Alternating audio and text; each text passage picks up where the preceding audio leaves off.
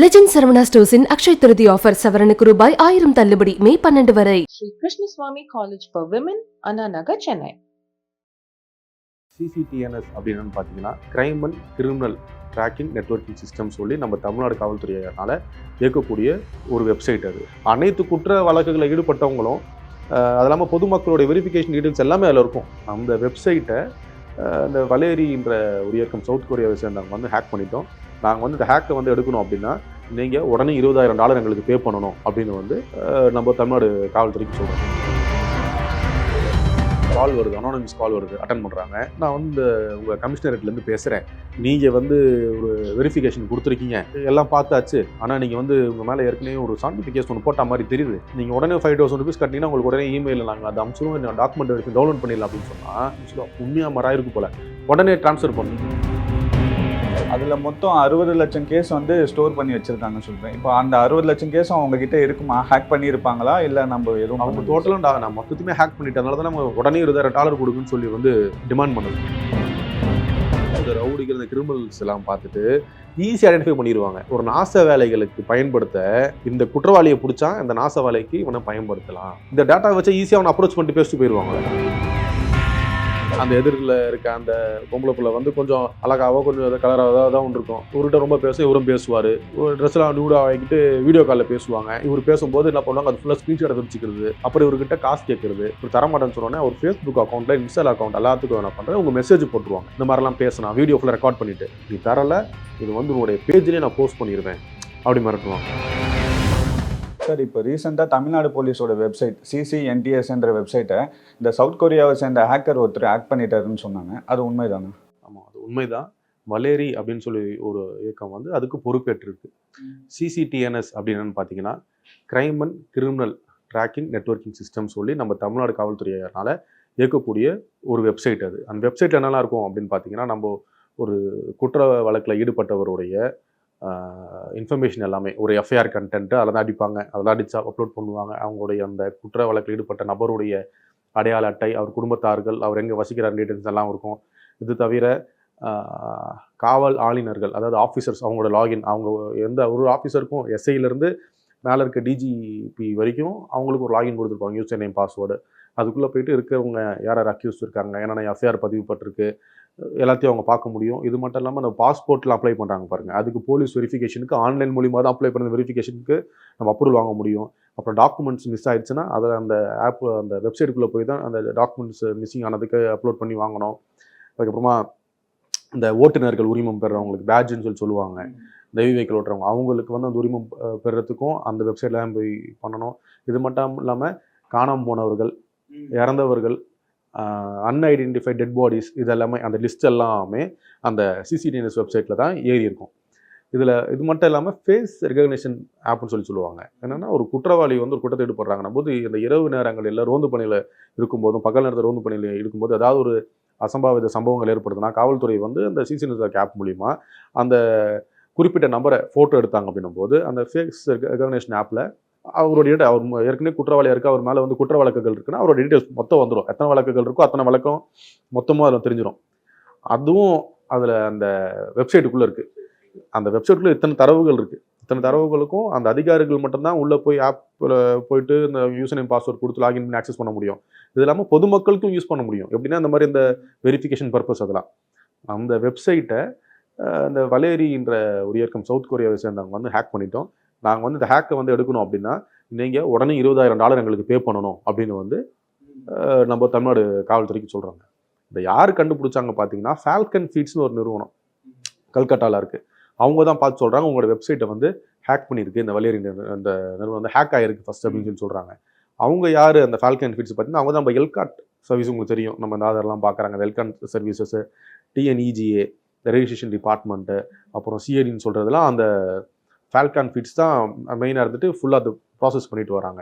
இவங்க சொல்கிறாங்க மாதிரி நம்ம CCTNS ஹேக் ஆகிருக்கு, கொஞ்சம் உடனே பாருங்கன்னு சொன்னதுக்கப்புறமா முதல்ல அவங்க நம்பலை. நான் இரவு நேரத்தில் ஏற்பட்டது. அவங்க சொன்னதுக்கப்புறம் செக் பண்ணி பார்த்தா அம்மா ஹேக் ஆகிருக்கு அப்படின்னு சொல்லிட்டு நம்ம தமிழக காவல்துறை தலைவர் சங்கஜிவல் சாரும் வந்து இதை பற்றி சொல்லியிருந்தார். ஹேக் ஆகிருக்கு, டேட்டாஸ்லாம் போகலை, நாங்கள் வந்து அதுக்குள்ளே தெரிஞ்சிச்சு உடனே நிப்பாட்டிட்டோம் அப்படின்னு சொல்லி தான் நியூஸ் இன்ஃபர்மேஷன் ரிலீஸ் பண்ணார். சிசிடிஎன்எஸ்ன்ற வெப்சைட் பார்த்தா நீங்கள் சொல்கிற அளவுக்கு எல்லா டேட்டாவுமே அதில் தான் ஸ்டோர் பண்ணி வச்சுருக்கோம். அதை எப்படி ஆக்ட் பண்ண முடியும் சார்? ஒரு ஐபி அட்ரஸ் பேஸ் பண்ணி தான். இப்போ பார்த்தீங்கன்னா ஒருத்தருக்கும் வந்து கடவுச்சொல் இருக்குது, யூசர் நேம் பாஸ்வேர்டுன்னு சொல்லிட்டு எல்லாத்தையும் கொடுத்துட்டு தான் அதை லாகின் பண்ணி ஓப்பன் பண்ண முடியும் அந்த அதிகாரிகள் எல்லாருமே.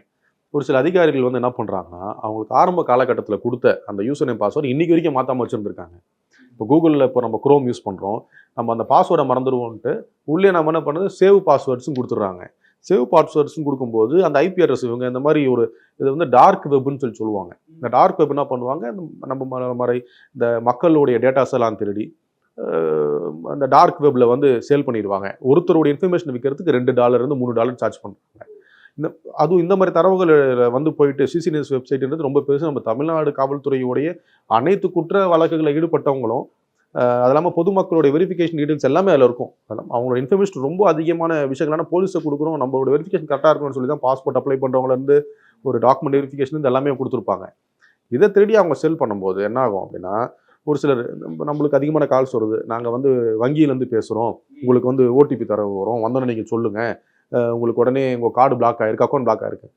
இப்போது இந்த சிசிடிஎன்எஸ் டேட்டா திருட்டாங்க, அவன் சேல் பண்ணிட்டான், கால் வருது, அனானமஸ் கால் வருது, அட்டன் பண்ணுறாங்க. நான் வந்து இந்த உங்கள் கமிஷனரேட்லேருந்து பேசுகிறேன், நீங்கள் வந்து ஒரு வெரிஃபிகேஷன் கொடுத்துருக்கீங்க, எல்லாம் பார்த்தாச்சு, ஆனால் நீங்கள் வந்து உங்கள் மேலே ஏற்கனவே ஒரு சர்டிஃபிகேஷன் ஒன்று போட்ட மாதிரி தெரியுது, நீங்கள் உடனே $5,000 கட்டினீங்கன்னா உங்களுக்கு உடனே இமெயிலில் நாங்கள் அதை அனுப்பிச்சிடுவோம், நான் டாக்குமெண்ட் வெரிஃபை டவுன்லோட் பண்ணிடலாம் அப்படின்னு சொன்னால் ஒரு பாமர மக்கள் என்ன பண்ணுவான், ஐயோ நம்மளுக்கு ஆமாம் இது அவன் வெரிஃபிகேஷன் அப்ளை பண்ணது வேறு யாருக்கும் தெரியாது, அவனுக்கு மட்டும் தான் தெரியும். அவன் அதாவது அப்ளை பண்ணவன் மட்டும் தெரியும், அப்புறம் காவல்துறை தெரியும். நம்ம நாட்டு முஸ்லீம் உண்மையாக மராயிருக்கு போல, உடனே ட்ரான்ஸ்ஃபர் பண்ணு.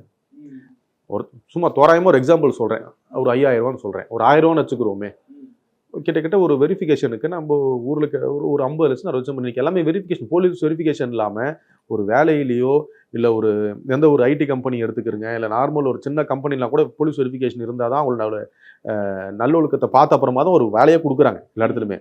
அப்படின்னும் போது அவன் ஃபோன் பண்ணி நீ ஒரு $1,000 போடுப்பா அப்படின்னு சொல்லி சொன்னால் கிட்டத்தட்ட ஒரு 1 கோடி பேர் 2 கோடி அப்ளை பண்ணியிருப்பான். $1,000 சொல்லி 1 கோடி பேர்கிட்ட போட்டால் அப்போ எவ்வளோ காசு அவன் எடுத்துருவான். அந்த 1 கோடி பேர் கேட்குறது உங்க ஒரு 10 லட்சம் பேர் இல்லை ஒரு 1000 பேர் அந்த வருமானம் தீட்டிறான் இல்லையா? அப்போ அவ்வளோ இன்ஃபர்மேஷன் நம்ம வந்து டேட்டா கலெக்ட் பண்ணுறான். இப்போ இந்த ஐபி அட்ரஸில் அவங்க என்ன பண்ணணும் அப்படின்னும் போது நம்ம காவல்துறையில் இருக்கு இவருக்கு சிஸ்டமேஷன்லாம் வந்து பார்க்கும்போது எல்லாமே பழைய கம்ப்யூட்டர்ஸு, பழைய சிபியூஸு, அது வந்து டூசிலாம் படிஞ்சுக்கிட்டு அப்படி இருக்கும். அது ஒழுங்காக ரன் ஆகாது, ஹேங் ஆகி போயிடுது, ஒழுங்காக மாற்றாமல் இருக்காங்க சொல்கிறாங்க. இந்த ரவுட்டர்னு சொல்லுவாங்க, அதில் தான் நம்மளுக்கு அந்த இன்டர்நெட் சப்ளை கனெக்ஷன் வரும். இவங்க இந்த வெப்சைட் இந்த வல்லுநர்கள் கேட்டிங்கன்னா நம்ம முக்கியமான விஷயங்களை வந்து ஸ்டோர் பண்ணி ஆக்சஸ் பண்ணும்போது இந்த ஐபி அட்ரஸஸையும் இந்த ரவுட்டர்ஸையும் அட்லீஸ்ட் குறைஞ்சபட்சமாக ஒரு அதிகபட்சம் ஒரு 6 மாதத்துக்குள்ளேயா சேஞ்ச் பண்ணுன்றாங்க. மந்த்லி ஒன்ஸ் இல்லை மந்த்லி டுவைஸ் இந்த ரவுட்டர் இங்கேருந்து அங்கேருந்து சேஞ்ச் பண்ணாங்கன்னா அவங்க எந்த ஒரு ஹேக்கரால் ஹேக் பண்ண முடியாது. ஆனால் ஐபி அட்ரஸ் சேஞ்ச் ஆயிரும், சேம் ஐபியில் இருக்காது. அந்த ரவுட்டர் பாக்ஸில் இருந்தால் அவங்க ரவுட்டர் பாக்ஸோட இந்த ஐபி கனெக்ஷன் இருக்கும். ஆனால் ஒருத்தவங்க வந்து இந்த சர்வீஸ் பண்ணுறவங்க வந்து கூட இந்த ரவுட்டர் நம்பர் சொன்னால் அந்த ரவுட்டர் நம்பரில் போயிட்டு கூட இவங்க ஆக்சஸ் பண்ணுறதை அவங்க எடுத்துட முடியும். இதெல்லாம் சேஞ்ச் பண்ணி கொண்டு வரணும். அதெல்லாம் சிஸ்டம்ஸ் வந்து ஆதி காலத்து சிஸ்டம்ஸு, கிமு காலத்தில் சிஸ்டம்ஸ்லாம் வச்சு நீங்கள் யூஸ் பண்ணிட்டு இருக்காங்க. ஆனால் நிறைய டெக்னாலஜிஸ் வந்துருச்சு. அதுக்கேற்ற மாதிரி இவங்க சிஸ்டம்ஸ் யூஸ் பண்ணும்போது இந்த மாதிரி விஷயங்களும் தரவுகள்லாம் வெளிப்போகாமல் ஹேக் பண்ணாமல் இருக்கிறதுக்கான வாய்ப்புகள் இருக்குது. அதில் மொத்தம் 60 லட்சம் கேஸ் வந்து ஸ்டோர் பண்ணி வச்சுருக்காங்க சொல்கிறேன். இப்போ அந்த 60 லட்சம் கேஸும் அவங்ககிட்ட இருக்குமா? ஹேக் பண்ணியிருப்பாங்களா இல்லை நம்ம எதுவும்? அவங்க டோட்டலாக நான் மொத்தத்தையுமே ஹேக் பண்ணிட்டதுனால தான் நம்ம உடனே $20,000 கொடுக்குன்னு சொல்லி வந்து டிமாண்ட் பண்ணுது. 60 லட்சம் கேஸுன்னு சொல்லி இவங்க தோராயமாக சொல்கிறாங்க. அதுக்கு மேலே தான் இருக்கும், கம்மியாக இருக்கிறதுக்கு வாய்ப்பு இல்லை. 60 லட்சம் கேஸுன்றதே கம்மி தான், அதுக்கு மேலே தான் இருக்கும். ஏன்னா இந்த குற்ற வழக்குகள் மட்டும் இல்லை, வெஹிக்கிள் வந்து தொலைஞ்சு போகிறது, ஆக்சிடெண்ட் ஆகிற கேஸுங்க, ஒரு 75 இல்லை அடிதடி வழக்குகள், இல்லை வந்து ஒரு வாய் தகராறு வழக்குகள், எக்கச்சக்கமான வழக்குகள் இருக்குது. எஃப்ஐஆர்னு சொல்லி போடப்பட்டாலும் எல்லாமே அதில் ஃபீட் ஆகிருக்கும். அது மட்டும் இல்லாமல் அந்த டேட்டா எல்லாமே 75 இன்றைக்கி ஒரு கேஸ் ஒன்று ஃபைல் பண்ணிட்டாங்கன்னா அந்த எஃப்ஐஆரும் அந்த இன்ஃபர்மேஷனும் அடுத்த ஒரு 75 ஆண்டு காலத்துக்கு அந்த டேட்டா அப்படியே அதில் இருக்கும். இந்த மாதிரி தான் ஃபீட் பண்ணிக்கிறேன். 75 ஆண்டுகளுக்கு அப்புறமா அதை அழிச்சிடலாம்.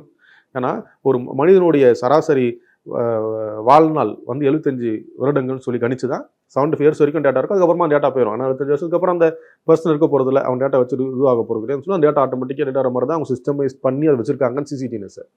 அப்படின்னும் போது இன்னைக்கு டேட்டுக்கு நான் ஃபுல்லாக எடுத்துட்டேன்னு தான் அந்த வெள்ளரி என்ன சொல்கிறாங்க, ஓப்பனாக டிக்ளேர் பண்ணுறாங்க, நான் தான் ஹேக் பண்ணேன், எனக்கு டிமாண்ட் பண்ணுங்கள், என்கிட்ட எல்லாமே மொத்தத்தையும் நான் ஹேக் பண்ணி வச்சுட்டேன், என்கிட்ட இருக்குது, நீங்கள் எனக்கு அந்த டிமாண்ட் பண்ணுறதை நீங்கள் கொடுத்துட்டீங்கன்னா நான் எதுவும் டார்க் வெப்புக்கு சேல் பண்ண மாட்டேன் அப்படின்னு சொல்கிறாங்க. ஆனால் இவங்க நம்ம தமிழக காவல்துறை என்ன சொல்லிச்சுன்னா, இல்லை எங்களுக்கு ஏற்கனவே அன்றைக்கி உடனே எங்களுக்கு இன்ஃபர்மேஷன் வந்துச்சு, ஃபால்கன் ஃபீட்ஸ்லேருந்து எங்களுக்கு சொல்லிட்டாங்க, அதனால் நாங்கள் வந்து அந்த அளவுக்கு தரவுகளும் வெளியே போகாத அளவுக்கு நாங்கள் நிப்பாட்டிட்டோம் அப்படின்னு சொல்கிறாங்க. அது எந்த அளவுக்கு உண்மை நம்பிக்கை தன்மையானதுன்னு சொல்லி பார்க்கணுன்னா அவங்க ஒரு சொல்கிற தெளிவான ரிப்போர்ட்டில் தான் தெரியும். சரி, இந்த மாதிரி டேட்டாவை தான் திருடி வேற என்னென்ன மாதிரி சார் யூஸ் பண்ணுறாங்க இந்த டார்க் வெப்பில்? அந்த ஃபோன் பண்ணி அவங்கள த்ரெட்டனிங் பண்ணி ஒன்று காவல்துறையிலேருந்து பேசுகிறேன்னு சொல்லி பணத்தை கேட்கலாம், இன்னொன்று த்ரெட்டன் பண்ணலாம். இந்த மாதிரி வழக்குகளை வந்து இருக்குது, இது ஃபுல்லாக வெளியே போட்டுருவேன். ஏதாவது ஒரு சில வழக்குகள் வந்து வெளி உலகத்துக்கே தெரியாத வழக்குகள் நிறைய இருக்குது. காதுமாக வச்ச மாதிரி சில குற்றவாளிகளை பிடிச்சி அரெஸ்ட் பண்ணி உள்ளே போட்டதெல்லாம்.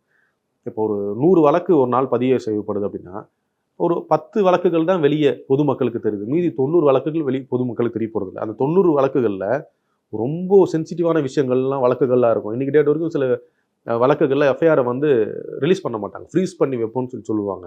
ஏன்னா அந்த எஃப்ஐஆரில் கண்டென்ட் வந்து வெளியே யாருக்கும் தெரியக்கூடாது, ஏன்னா ரொம்ப சென்சிட்டிவான கேஸுன்னு சொல்லிட்டு அந்த மாதிரி கேஸை வந்து இவங்க எடுத்து அந்த நபரை வந்து த்ரெட்டன் பண்ணி அவங்ககிட்ட பணம் பறிக்கிறதுக்கான வாய்ப்புகள் அதிகமாக இருக்குது. இல்லை ஒரு சிலரோட டாக்குமெண்ட்ஸ் அப்லோட் பண்ணியிருப்பாங்க, உங்கள் டாக்குமெண்ட்ஸ் எங்கிட்ட தான் இருக்குது வந்து வாங்கிக்கன்னு சொல்லி அவனை விரட்டி அவங்கள்ட்டந்தும் பணம் பறிக்கலாம். அப்படின்னா ஒரு டாக்குமெண்ட் தொலைஞ்சு போச்சு, அசல் ஆவணத்துக்கும் நகல் ஆவணத்துக்கும் நிறைய வித்தியாசம் இருக்குது. அசல் ஆவணத்தை கொண்டு போய் காமிக்கும் போது அதோடைய பேரும் பவருன்றது வேறு. நகல் ஆவணத்தை கொண்டு போகும்போது போலீஸ் கொடுக்குற சின்ன சர்டிஃபிகேட் கொடுப்பாங்க, அவன் ஜெராக்ஸ் ப்ளஸ் போலீஸ் சர்டிஃபிகேட் வச்சுருப்பாங்க. அவனை இப்போ அசல் ஆவணம் விட்டு தான் இருக்கா, சரி வாங்க போவோம், நான் அத்தனை வந்திருக்கேன், வரும்போது காசு கொண்டு வா அப்படின்னு சொல்லிட்டு காசு வாங்கிட்டு அவனை அடித்து விரட்டிட்டாங்கன்னா நம்பி தானே போவான். இப்போ இந்த டேட்டாவில் யாரை நம்பி கொடுத்துருப்பாங்க, பாதுகாக்கப்படும் அப்படின்னு சொல்லி நிறைய விஷயங்கள் நம்ம வந்து பார்க்குறோம். இந்த மாதிரி நம்மளோட டேட்டா வந்து நிறைய வெப்சைட் வந்து ஹேக் ஆயிடுச்சு இதுவாகிடுச்சுன்னு சொல்லிட்டு நம்ம காவல்துறையுடைய சர்வரே ஹேக் ஆயிடுச்சுன்னும் போது ஒரு பெரிய பூதாகாரமான விஷயம் மேலே பார்க்கணும். இதை இப்போ காவல்துறை நமக்கு ஏதாச்சும் ஒரு பிரச்சனை நம்ம காவல்துறைக்கிட்டே போவோம், காவல்துறை டேட்டாவே இந்த மாதிரி அங்கே நம்மள மாதிரி சாமானிய மக்கள்லாம் எப்படி சார் சேஃபாக இருக்கணும்? சேஃபாக இல்லை, இது ஹேக்கர்ஸ் வந்து அதிகமாக இருக்காங்க. காவல்துறை நம்மளுக்கு எஜுகேட் பண்ணுறாங்க. ஒரு அனானமஸ் கால் வந்தால் ரிப்ளை பண்ணாதீங்க, ஏதாவது ஒரு லிங்க் வந்துச்சுன்னா எடுக்காதீங்க, அதை கிளிக் பண்ணாதீங்க, அதுக்குள்ளே போகாதீங்க, வாட்ஸ்அப்பில் வரும், மெசேஜில் வரும், இமெயிலில் வரும், அதெல்லாம் இந்த மாதிரி கிளிக் பண்ணாதீங்க, இல்லை லாட்ரி ஒன்று சொல்லுவாங்கலாம் போகாதீங்கன்னு சொல்லி காவல்துறை நிறைய விஷயங்களில் சைபர் கிரைம் சைபர் செல்லேருந்து நம்மளுக்கு அறிவுறுத்தா இருக்காங்க. இது வந்து ஹேக்கர்ஸ்ன்றவங்க வந்து பார்த்திங்கன்னா உலக அளவில் எல்லா இடத்துலையும் படர்ந்து விரிஞ்சிருக்காங்க. எப்படியாவது ஒரு இதை ஹேக் பண்ணிவிட்டு நம்ம அவங்கள்ட்ட வந்து டிமாண்ட் பண்ணுவோம் மணின்னு சொல்லிட்டு. இப்போ நான் பேசிட்டு இருக்கும்போது உங்களுடைய அலைபேசி இல்லை என்னோட அலைபேசியில் இருக்க கைப்படிச்சு போது யாரோ ஒருத்தர் பார்த்துக்கிட்டு இருக்கலாம், நம்ம பேசிட்டு இருக்க உரையாடல்களையோ இல்லை நம்ம இங்கே நடந்துகிட்டு இருக்க விஷயத்த கூட. அப்படின்னும் போது ஏதாவது ஒரு வாய்ப்பு தேடிக்கிட்டே இருப்பாங்க, ஏதாவது ஒரு வாய்ப்பு கிடைக்குதா, நம்மளே வந்து அந்த ஹேக்கருக்கு வாய்ப்பு ஏற்படுத்தி கொடுக்கக்கூடாது. நம்மளுக்கு கொடுக்குற ஒரு ஐடியா கடவுச்சொல்லை வந்து நம்ம மாற்றிக்கிட்டே இருக்கணும். மினிமம் வந்து பார்த்தீங்கன்னா 2 or 3 monthsக்கு வந்து ஒரு மாற்ற சொல்கிறாங்க. இப்போ வந்து மந்த்லி ஒன்ஸ் அதை மாற்றுங்க, அப்டேட் பண்ணுங்கள். ஒரே கடவுச்சொல்லை வந்து ரொம்ப அதிகமான காலம் வந்து பயன்படுத்தாதீங்க. கடவுச்சொல் மாற்றும் போது அடுத்த இது போயிடும். அது நம்ம கூகுள் குரோமில் வந்து மறந்துடும்னு சொல்லி தான் சேவ் பாஸ்வேர்ட்ஸில் இருக்கிறோம். அந்த சேவ் பாஸ்வேர்ட்ஸ்லாம் வைக்க தேவையில்லை, ஹிஸ்ட்ரி அப்பப்போ டெலிட் பண்ணியிருக்கேன். நம்ம இந்த மாதிரி பண்ணுற ஒரு சின்ன விஷயங்கள், இந்த புக்கில் எழுதி வைக்கிறது, இல்லை ஒரு டைரியில் எழுதி வைக்கிறது, இல்லை நம்ம ஃபோனில் சேவ் பண்ணி வைக்கிறது, இல்லை இந்த வெப்சைட்லேயே போய் சேவ் பண்ணி வைக்கிறது, இந்த மாதிரி விஷயங்கள்னால தான் ஹேக்கர்ஸ்க்கு ரொம்ப ஈஸியாகிடுது டேட்டாவை எடுத்து திருடுறதுக்கு. இப்போது எல்லாமே இந்த டேட்டாவில் சேவ் ஆகிருக்குன்னா, இப்போ இந்த ரவுடிஸோட டீட்டெயில்ஸு இந்த மாதிரி பெரிய ஆட்களோட டீட்டெயில்ஸ்லாம் அதில் சேவ் ஆகிருக்கும்ல சார்? ஆமாம், பயங்கரமாக. இதில் என்னென்னா இன்னொரு விஷயம், இந்த ரவுடிகள் இந்த கிரிமினல்ஸ் எல்லாம் பார்த்துட்டு ஈஸியாக ஐடென்டிஃபை பண்ணிடுவாங்க. ஒரு நாச வேலைகளுக்கு பயன்படுத்த இந்த குற்றவாளியை பிடிச்சா இந்த நாச வேலைக்கு இவனை பயன்படுத்தலாம், இவனுக்கு தேவை பணம், அழகாக அவனுக்கு அந்த குற்றவாளியை யார் நோட்டோரியஸ் கிரிமினல் சொல்லுவாங்க, ஹேபிச்சுவல் அஃபெண்டர்ஸ்னு சொல்லுவாங்க. அந்த குற்றவாளியை மட்டும் அந்த எஃப்ஐஆர் வந்து பார்த்து எடுத்து அந்த குற்றவாளிய அட்ரஸ் ஃபோன் நம்பர் எல்லாமே அதில் வந்துடுதுல்ல, அவனை அணுகி அப்போ இந்த மாதிரி விஷயம் பண்ணணும். ஒரு இடத்துல ஏதாவது ஒரு அணுகுண்டு வைங்க, இல்லை பாம்பு வைக்கணும், இல்லை யாராவது ஒருத்தர் கொலை பண்ணணும் செய்யணும்னா இந்த டேட்டா வச்சு ஈஸியாக அவனை அப்ரோச் பண்ணிட்டு பேசிட்டு போயிடுவாங்களே. சிறைக்குள்ளே இருந்து வெளியே எப்போ சிறைக்குள்ளே இருக்கானா அப்படியே ஃபாலோ பண்ணிட்டே இருப்பாங்க, எப்போ விடுதலை ஆகிறான். விடுதலை ஆனவொடனே இவங்க யாராவது ஒருத்தர் விட்டு பேசி ஏதாவது அவங்க கேட்குற ஒரு குறிப்பிட்ட தொகையை கொடுத்துட்டு ஒரு நாச செயலை ஈடுபட வைக்கிறதுக்கு ரொம்ப ஈஸியாக போயிடும்ல. இது இப்போ போலீசிங் பண்ணுறாங்க, நம்ம இந்தியன் ஆர்மி இருக்குது, நேவி இருக்குது, ஏர்ஃபோர்ஸ் இருக்குது, நம்ம உள் மாநிலங்களை வந்து பார்த்துக்கிறதுக்கு காவல்துறை இருக்குது. இவ்வளோ இருந்தாலும் நம்ம நெட்வொர்க்கிங் வந்து ஹேக் பண்ணும்போது அந்த ஹேக் பண்ணவங்களுக்கு வந்து ஈஸியாக போயிடும். இந்த கிரிமினல்கிட்ட கொடுத்தா நம்மளுடைய வேலையை நம்ம எங்கேயோ ஒரு இடத்துல உட்காந்துக்கிட்டு ஏதோ ஒரு மூலையில் உட்காந்துக்கிட்டு ஈஸியாக அவனுக்கு தேவை என்ன இன்னைக்கு டே டு டே லைஃபுக்கு வந்து அதுக்கு இந்த பணம் தேவை, இவ்வளோ பணத்தை கொடுத்தா முடிச்சு கொடுக்க போகிறான், அவனுக்கு இந்த பணத்தை கொடுப்போம், வெளியே வரும் பட்டின ஏதாவது பண்ணிட்டு அவன் பாட்டு போயிடுவான். இது மூலயமா அவங்களோட டீட்டெயில்ஸும் அதுலேருந்து எடுக்க முடியும். டீட்டெயில்ஸ் எடுத்து தானே வந்து பேசுகிறாங்களே. இப்போ ஹேக் பண்ணிட்டாங்க, அப்போ அந்த குற்றவாளியோடைய ரொம்ப நோட்டோரியஸ் கிரிமினலோடைய டீட்டெயில்ஸ் எடுத்துட்டாங்க. எப்போ விடுதலை அவன் வரைக்கும் அவன் கண்காணிச்சுட்டு வருவாங்க. விடுதலையானவொன்னே இவங்க போய் அப்ரோச் பண்ணி அவங்ககிட்ட ஏதாவது அவங்களுக்கு தேவையான சன்மானத்தை கொடுத்து இவங்களுடைய காரியத்தை முடிச்சுக்கிடுவாங்க அவங்க மூலியமா. இன்னைக்கு அந்த மாதிரி ஒரு 10 குற்றவாளிகளை வந்து தொடர்ந்து மாதிரி பண்றாங்க. மெயின் குற்றவாளி யாருன்னு தெரியாம போயிரும்ல. காவல்துறை வந்து இவன் தான் பண்ணு உடனே நம்ம பிடிப்பாங்க, திருப்பி மாட்டா எவ்வளோ போவான், இவனுக்கு பாட்டு வருமானம் வாங்கிட்டே இருப்பான். அப்போ ஒரு இன்டர்நேஷனல் கிரிமினல் லெவலுக்கு உருவெடுத்துருவான் இந்த ஹேக் பண்ணிருக்க டீட்டெயில்ஸ்னால. ஸோ இது வந்து தொடர்ந்து இது மாதிரி நடக்காமல் இருக்கணும்னா இவங்க இந்த டேட்டாஸை வந்து செக்யூர் பண்ணி இந்த ரவுட்டர்ஸை மாற்றி ஐபி அட்ரஸில் மாற்றிட்டு இந்த பாஸ்வேர்ட்ஸ் எல்லாம் வந்து அப்பப்போ சேஞ்ச் பண்ணி வச்சுட்டு இருந்தாங்கன்னா இந்த இஷ்யூ நடக்காமல் இருக்கும். இப்போ ரீசெண்ட் டேஸாக பார்த்தீங்கன்னா நிறைய ஹேக்கர்ஸ்லாம் வந்து நம்ம ஃபோன்ஸை இந்த மாதிரி எல்லாமே ஹேக் பண்ணுறாங்க. இது எதனால் சார்? இப்போ வந்து ஹேக்கர்ஸ்லாம் ரொம்ப பெருகிட்டாங்களா? இல்லை எதனாலன்னா இது ஒரு வகையான ஒரு சம்பாதிக்கிற ஒரு யுக்தி அவங்களுக்கு. போயிட்டு ஒரு ஆஃபீஸில் உட்காந்துக்கிட்டு இன்னொருத்தர் கீழே வேலை செஞ்சுக்கிட்டு நம்ம இவ்வளோ சம்பளம் வாங்கணும் செய்யணுன்றதுக்கு பதில் ஒரு டேட்டா ஹேக் பண்ணியாச்சு. இப்போ ஒரு மிரட்டி த்ரெட்டனிங் பண்ணி காசு கட்டணும் போது லட்சக்கணக்கான பணங்கள் வருது ஒருத்தர்கிட்ட இருந்தே. ஒரு சிலர் வந்து 50,000 கொடுப்பாங்க, சிலர் 1 லட்சம் கொடுப்பாங்க. எங்கள் பேர் ஒரு ஃபோனில் டேட்டா எடுத்துட்டேன் 2-3 ஃபோட்டோஸ் அனுப்புறது செய்கிறது, அவங்களை விரட்டுறது. ஏன் சமீப காலமாக பார்த்தீங்கன்னா இந்த ஃபேஸ்புக் இந்த இன்ஸ்டாகிராம் மெசஞ்சரில் ஃபோன் நம்பர் கொடுக்குறது, ஹாய்ன்னு சொல்கிறது, ஒரு பொண்ணை வச்சு பேசுறது, இவர் பேசுவார். அந்த எதிரில் இருக்க அந்த பொம்பளை பிள்ளை வந்து கொஞ்சம் அழகாவோ கொஞ்சம் ஏதோ கலராக தான் ஒன்று இருக்கும், இவர்கிட்ட ரொம்ப இவரும் பேசுவார். பட்டுன்னு அவங்க என்ன பண்ண நியூடிட்டியில் ட்ரெஸ்லாம் நியூடாக ஆகிக்கிட்டு வீடியோ காலில் பேசுவாங்க. இவர் பேசும்போது என்ன பண்ணுவாங்க, அது ஃபுல்லாக ஸ்க்ரீன்ஷாட் எடுத்து வச்சுக்கிறது. அப்புறம் இவர்கிட்ட காசு கேட்குறது. இவர் தரமாட்டேன்னு சொன்னோன்னே அவர் ஃபேஸ்புக் அக்கௌண்ட்டில் இன்ஸ்டால் அக்கௌண்ட் எல்லாத்துக்கும் என்ன பண்ணுறேன் உங்கள் மெசேஜ் போட்டுருவாங்க. இந்த மாதிரிலாம் பேசினா வீடியோ ஃபுல்லாக ரெக்கார்ட் பண்ணிவிட்டு இவர் பயந்துக்கிட்டு என்ன பண்ணுவார், ஐயோ நம்ம சமுதாயத்தில் வந்து ஒரு பேரில் இருக்குமே, நம்ம வீடியோலாம் போட்டாங்க, நம்ம மனைவிக்கு போட்டாங்க, சொந்தக்காரங்க போட்டால் அசிங்கமாயிருமேன்னு சொல்லி த்ரெட்டன் பண்ணி நீ தரலை, இது வந்து உன்னுடைய பேஜ்லேயே நான் போஸ்ட் பண்ணிடுவேன் அப்படி மிரட்டுவாங்க. இதை இன்னொருத்தர் நான் வந்து சிபிஐயில் இருக்கேன் அப்படின்னு அவன் டூப்ளிகேட் ஐடி வச்சுருப்பான், அவங்க வாட்ஸ்அப்புக்கு ஐடியா போடுறது, உன்னை உடனே அரெஸ்ட் பண்ணிடுவேன், 1 லட்சம் நீ காசுல அரெஸ்ட் பண்ணிடுவேன் அப்படின்னு சொல்லி அது ஒரு த்ரெட்டனிங் வரும். ஒரு பார்த்து என்ன பண்ணாரு, ஐயோ அசிங்கப்பட்டு உடனே காசை போட்டுருவார். இவர் காசை போட்டுட்டாருன்னா இவர்கிட்ட இந்த எவ்வளோ சுரண்ட முடியுமோ அவ்வளோ சுரண்டிடுவாங்க. அதனால் அந்த மாதிரி யாராவது மாதிரி பேசியிருந்தாங்க, இல்லை நீங்கள் உங்கள் மெசஞ்சர்லையோ இல்லை வாட்ஸ்அப் கால்லையோ இல்லை இன்ஸ்டாலையோ நீங்கள் பேசியிருந்தீங்க, அது வந்து ஒரு வீடியோகிராஃபோ இல்லை ஃபோட்டோகிராஃப் பண்ணி வச்சு உங்களை த்ரெட்டன் பண்ணி காசு கேட்குறாங்கன்னா தயவு செஞ்சு யாரும் அந்த காசு அந்த அக்கௌண்ட்டுக்கு மட்டும் கொடுத்துடாதீங்க. ஏன்னா நீங்கள் ஒரு 1000 ரூபா இல்லை 2000 ரூபா கொடுத்தாலே அதை வச்சு உங்ககிட்ட அதிகமாக காசு சம்பாதிக்க தான் பார்ப்பாங்களே தவிர்த்து அதோடு விட்டு போக மாட்டாங்க. அதெல்லாமே வந்து இந்த ஹேக்கர்ஸ் வந்து மிரட்டி பணம் சம்பாதிக்கிறதுக்கான யுக்திகள். இந்த மாதிரி விஷயத்துக்கு யார்கிட்ட சார் கம்ப்ளைண்ட் பண்ணுறது? காவல்துறை கிட்ட தான் கம்ப்ளைண்ட். காவல்துறை கிட்ட தான் கம்ப்ளைண்ட் பண்ணணும். இதுக்கு சைபர் கிரைம் அந்த மாதிரி? ஆமாம், சைபர் கிரைம் இருக்குது. எந்த நம்பர்லேருந்து வருதோ அந்த நம்பருக்கு அவங்க இந்த நம்பரை ஃபோன் பண்ணாங்க, அவங்க பேசுனாங்கன்னு சொல்லி அவங்கள்ட்ட கொடுத்தா அவங்க அதுக்கேற்ற ஆக்ஷன் எடுத்துருவாங்க. முக்கால்வாசி இந்த கால்ஸ்லாம் வருது பார்த்தீங்கன்னா முன்னாடிலாம் வடநாடுகளும் வந்துக்கிட்டு இருந்துச்சு. இப்போலாம் நம்ம இருக்கிற ஊர்லேயே சென்னையிலேருந்தே கால் பண்ணுறாங்க. அக்கம் பக்கத்தில் இருக்கோடனே ஒரு சின்ன ஒரு ஆஃபீஸ் மாதிரி செட்டப் எடுத்து வச்சுட்டு ஆஃபீஸ்லேருந்தே ஃபோன் பண்ணி இவ்வளோ தடவை காசு வாங்கியிருக்காங்க. ஆனால் அவங்க வச்சிருக்க அக்கௌண்ட் மட்டும் வேறு அக்கௌண்ட் இருக்கும், வேறு மாநிலத்தில் இருக்க அக்கௌண்ட்டாக இருக்கும். அது போட்டோன்னு அந்த அக்கௌண்ட்டை உடனே காசு எடுத்துறது. எப்படி இந்த அக்கௌண்ட்டை வந்து ஓப்பன் பண்ணுறாங்கன்னா, ஒரு பாமர மக்கள் இருப்பாங்க, அவங்களுக்கு வந்து இந்த படிப்பறிவு இருக்கு இல்லாதவங்ககிட்ட அந்த ஊர் கிராமத்தில் இருக்கவங்க போயிட்டு அக்கௌண்ட் ஓப்பன் பண்ணி தானே சொல்லிட்டு அவங்க பேரில் அக்கௌண்ட் ஓப்பன் பண்ணி ஒரு குறிப்பிட்ட அமௌண்ட் உள்ளதுன்னா பட்டு அந்த அமௌண்ட் விட்ரா பண்ணி விட்டுறது. காவல்துறை அந்த அக்கௌண்ட்டை தேடி போய் பார்த்தா அவரு அது ஊரில் ஒரு விவசாயம் பண்ணிக்கிட்டோ இல்லை வயசானவராக இருப்பார், அவரோட அக்கௌண்ட் எனக்கு காசு கொடுத்துட்டு இருப்பாங்க, அவருக்கு அந்த விஷயம் சம்மந்தமே இருக்காது. இந்த மாதிரி விஷயங்களை யூஸ் பண்ணி தான் ஃபுல்லாக அவங்க பணத்தை சம்பாரிச்சுட்டு பண்ணிட்டு இருக்காங்க. சார், இந்த மாதிரி ஃபியூச்சரில் வந்து இந்த மாதிரி விஷயத்தெல்லாம் தவிர்க்கிறதுக்கு ஹேக்கர் மூலயமா நம்ம வெப்சைட்டை இந்த மாதிரி பண்ணாமல் இருக்கிறதுக்கு தமிழ்நாடு காவல்துறை என்ன மாதிரி ஸ்டெப் எடுக்கலாம் சார்?